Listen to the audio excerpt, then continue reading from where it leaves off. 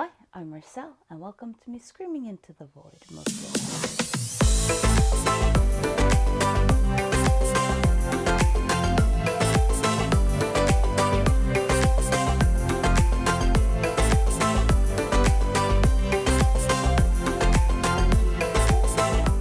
to read a book from each country of the world, and I am using Marble Factory's marble race to decide which countries I'm going to do at a time. And the video I'm using has 216 entries, so it's not just countries recognized by the UN, but you also have a lot of territories. For example, Puerto Rico. And for Puerto Rico, I'm going to read Mayra Montero's In the Palm of Darkness. This is a Norwegian translation. And I don't really know much about it. I do know that it is, In the Palm of Darkness is from a voodoo prayer.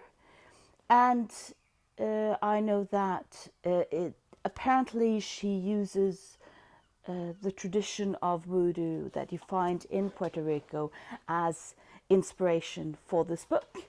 So I'm going to read it and I'll let you know what I think.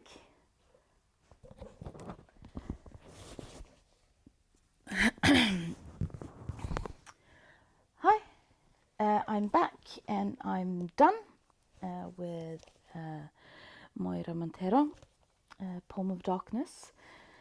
So to talk a little bit more about the plot is that you have these two stories about the one who grew up in Haiti and the guy who is traveling to Haiti to find this frog. And the book jumps between those two narratives, in addition to these small vignettes about fun, or mostly not so fun, frog facts. And what I enjoyed about the book is that it very clearly has these two narratives. They're talking about their past and their upbringing and how their lives are becoming more intertwined. But what you also see in this book is that you have these external processes that are influencing them and how they sort of mix and mash with one another. So you slowly start to feel a very sort of uncomfortableness because you don't really know what's true and what's not, and what's happening and what's symbolism. And I think that's absolutely a deliberate choice of the author. And she does it brilliantly in how you don't know what to believe at the end and what not to believe. So, for example, they're talking about how they need to travel to a mountain to find and look for this frog. But there is also a band of criminals that are living on this mountain. And what she does is also she depicts a Haiti that is on the verge of social collapse. There is so much violence, there is so much blatant murder, blatant criminality. People are killed on the streets.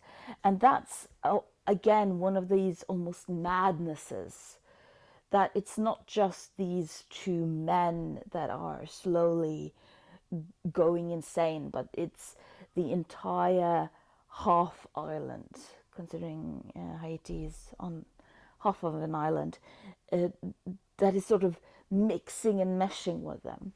And early on she talks about a story with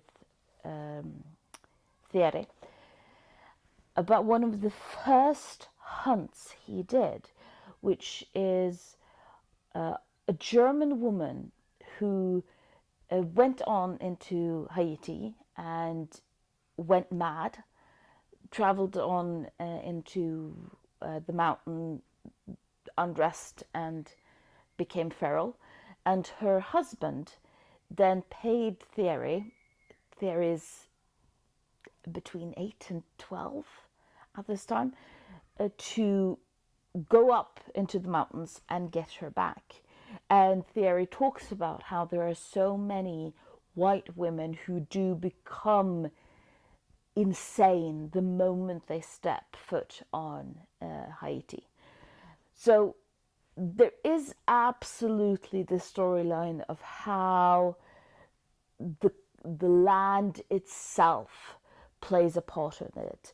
So, for example, this mountaintop that they have to go to, and there is this band of criminals that will kill them if they don't get off the mountain.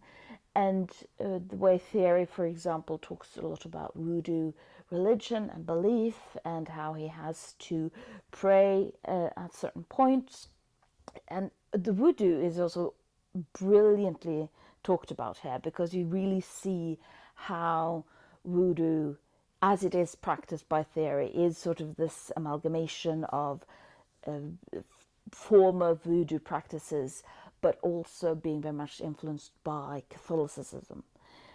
So that they mesh it together, and the way he sort of treats these criminals on this mountain, the line between, are they criminals, are they just evil human beings, or are they almost supernatural forces, that line becomes more and more blurry, in the sense that all of the book becomes more and more blurry in this amalgamation madness indulging book. So the book was a very short read, quick read, because I was so drawn into the journey that the book invites you on. And especially with the ending, where you're sort of like, what's going on? What's happened? What's actually true? Can anything be true? I have no idea. So that was fun. So, Poem of Darkness, Mayra Montero for Puerto Rico. Thank you for listening to me screaming into the void.